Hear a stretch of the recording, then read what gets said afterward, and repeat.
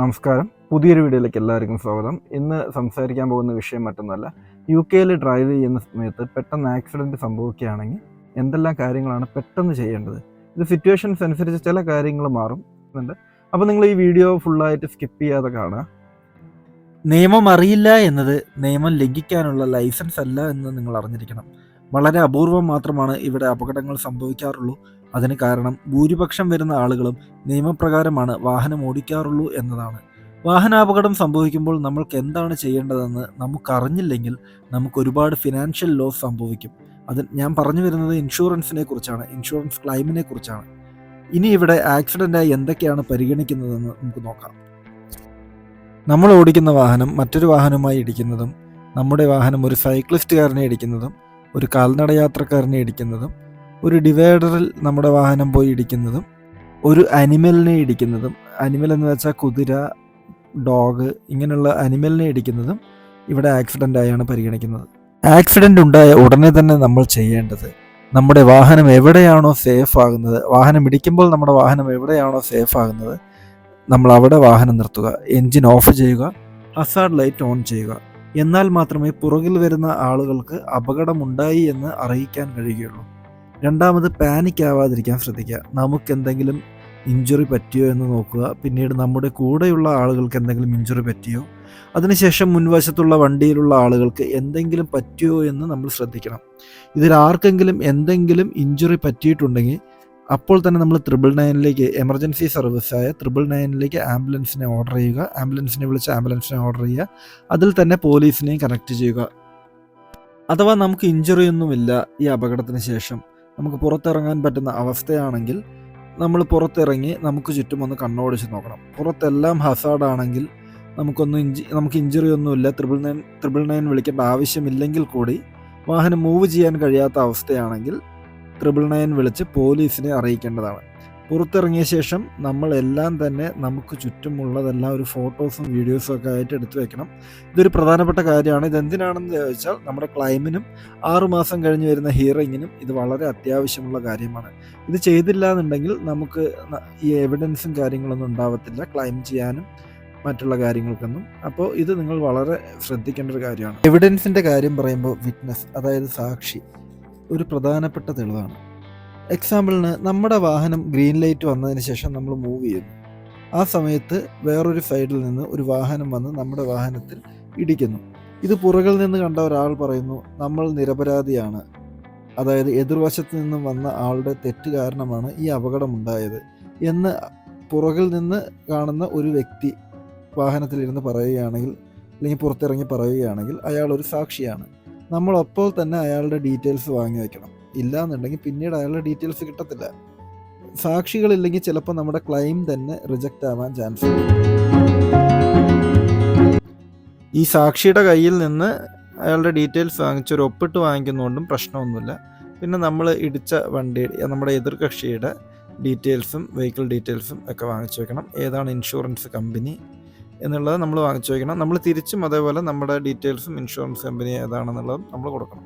നമ്മുടെ insurance policy ഏതാണ്, അല്ലെങ്കിൽ ഏത് തരത്തിലുള്ള പോളിസിയാണ്, അങ്ങനെ സ്പെസിഫൈ ചെയ്തിട്ടുള്ള ഡീറ്റെയിൽസ് ഒന്നും നമ്മൾ ഷെയർ ചെയ്യേണ്ട ആവശ്യമില്ല.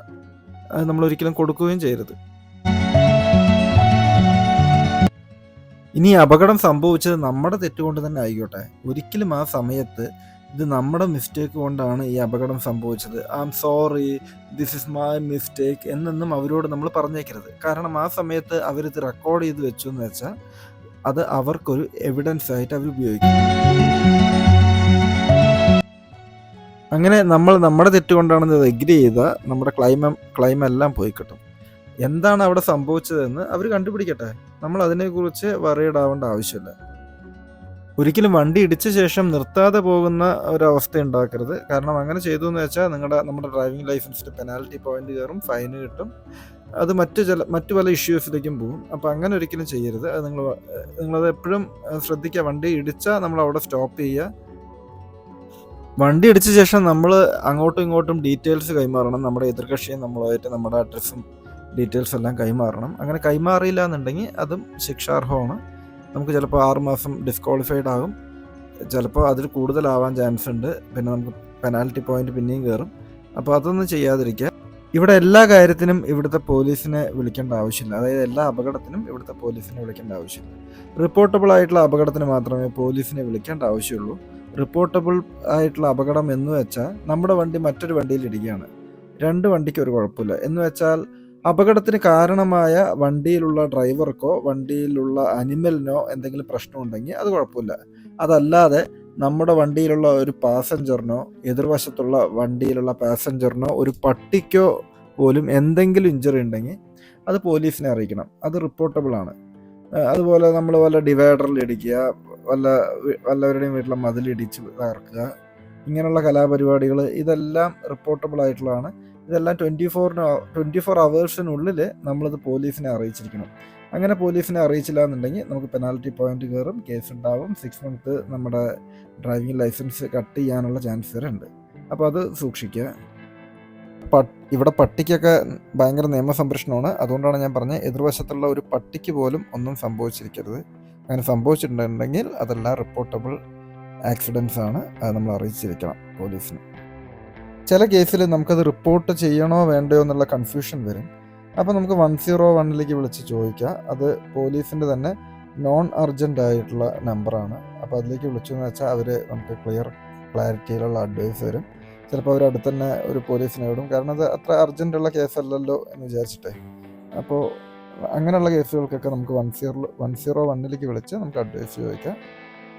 പിന്നെ വണ്ടിയിലൊരു ഡാഷ് ക്യാം വാങ്ങിച്ചു വയ്ക്കുന്നത് നല്ലതാണ്. കാരണം നമുക്ക് അപകടങ്ങളൊക്കെ ഉണ്ടാകുന്ന സമയത്ത് അത് എല്ലാം ക്ലിയർ കട്ടായിട്ട് വീഡിയോ റെക്കോർഡായിരിക്കും. അപ്പോൾ നമുക്ക് ഇൻഷുറൻസ് കമ്പനിയൊക്കെ എവിഡൻസ് ആയിട്ടൊക്കെ കൊടുക്കാനൊക്കെ ആയിട്ട് ഈ ഡാഷ് ക്യാം ഉണ്ടെങ്കിൽ നല്ലതാണ്. നമുക്കിപ്പോൾ വലിയ പ്രൂഫുകളുടെ ഒന്നും ആവശ്യമില്ല. ഇൻഷുറൻസ് കമ്പനി ആദ്യം ചോദിക്കുക ഡാഷ് ക്യാം ഉണ്ടോയെന്ന് ചോദിക്കുക. അപ്പോൾ അത് നിങ്ങളൊന്ന് പരിഗണിക്കാനായിട്ട് ശ്രമിക്കുക. ഇനി ഇവിടുത്തെ ഇൻഷുറൻസ് കമ്പനിയുടെ ക്ലെയിമിനെ കുറിച്ച് ഒരു ചെറിയ വിവരണം പറയാം. നമ്മുടെ വാഹനം മറ്റൊരു വാഹനത്തിൽ ഇടിക്കുകയാണ്. നമ്മുടെ തെറ്റുകൊണ്ടല്ല ആ അപകടം സംഭവിക്കുന്നത്. നമ്മൾ അത് ഇൻഷുറൻസ് ക്ലെയിം ചെയ്യാനായി നമ്മളുടെ ഇൻഷുറൻസ് കമ്പനിയെ ഇത് അറിയിക്കുന്നു. നമ്മുടെ ഇൻഷുറൻസ് കമ്പനി എതിർകക്ഷിയുടെ ഇൻഷുറൻസ് കമ്പനിയായി ഒരു ഡിസ്കഷൻ നടത്തുന്നു. ആ സമയത്ത് എതിർകക്ഷിയുടെ ഇൻഷുറൻസ് കമ്പനി ആ ക്ലെയിം എമൗണ്ട് തരാതിരിക്കാനായി ആ അപകടത്തിൻ്റെ തെറ്റ് നമ്മുടെ തലയിൽ കെട്ടിവയ്ക്കാൻ ശ്രമിക്കും. ഈ സമയത്ത് നമ്മുടെ കയ്യിൽ തെളിവുകളൊന്നുമില്ല എങ്കിൽ ഈ അപകടമുണ്ടായത് നമ്മുടെ തെറ്റുകൊണ്ടാണെന്ന് അവർ സ്ഥാപിക്കുകയും ചെയ്യും. അതായത് അപകടത്തിൻ്റെ ഉത്തരവാദിത്വം നമ്മുടെ തലയിൽ വരുന്ന സമയത്ത് ഇവിടെ വാദി പ്രതിയാവും. അപ്പോൾ നമ്മുടെ ഇൻഷുറൻസ് കമ്പനി എതിർകക്ഷിക്ക് ക്ലെയിം എമൗണ്ട് കൊടുക്കും. നമ്മൾ അടുത്ത പ്രീമിയത്തിൽ നമ്മുടെ ഇൻഷുറൻസ് ഹൈ ആവുകയും ചെയ്യും. അപ്പോൾ ഇതുകൊണ്ടാണ് നമ്മൾ ഈ തെളിവുകൾ വേണമെന്ന് പറയുന്നത്. വിറ്റ്നസ് വേണം, അതേപോലെ ഫോട്ടോസും വീഡിയോസൊക്കെ എടുത്തു വെക്കണം എന്ന് പറയാനുള്ള കാരണം ഇതുകൊണ്ടാണ്. UK ആക്സിഡൻ്റ് ഉണ്ടായാൽ എന്താണ് ചെയ്യേണ്ടത് എന്നുള്ളതിനെക്കുറിച്ചുള്ള ഫുൾ കാര്യങ്ങളും ഞാൻ ഈ വീഡിയോയിൽ പറഞ്ഞിട്ടുണ്ട്. ഈ ഒരു വിഷയം വളരെ ഇമ്പോർട്ടൻ്റ് ആയതുകൊണ്ടാണ് കുറേ പിക്ചേഴ്സും കാര്യങ്ങളൊക്കെ കൊടുത്ത് നിങ്ങളുടെ മനസ്സിൽ തങ്ങി നിൽക്കാൻ വേണ്ടിയിട്ട് ബോറടിപ്പിക്കാത്ത രീതിയിൽ ഈ വീഡിയോ ഇങ്ങനെ ചെയ്തിരിക്കുന്നത്. അപ്പോൾ ഇഷ്ടപ്പെട്ടു എന്ന് വെച്ചാൽ ഒന്ന് ലൈക്ക് ചെയ്യണേ, സബ്സ്ക്രൈബ് ചെയ്യണേ, ബെൽ ബട്ടൺ ഒന്ന് ഞെക്കണേ. പിന്നെ ഞാൻ ഏതെങ്കിലും ഭാഗം കവർ ചെയ്യാതെ പോയിട്ടുണ്ടെന്നുണ്ടെങ്കിൽ അത് താഴെ കമൻ്റായിട്ടൊന്ന് എഴുതിയിട്ട് അടുത്ത കാര്യം നമ്മളത് കവർ ചെയ്യുന്നതായിരിക്കും. അപ്പോൾ വീണ്ടും അടുത്ത വീഡിയോ ആയിട്ട് കാണാം. ഇതേപോലെ ഇൻഫോർമേറ്റീവ് ആയിട്ടുള്ള വീഡിയോ.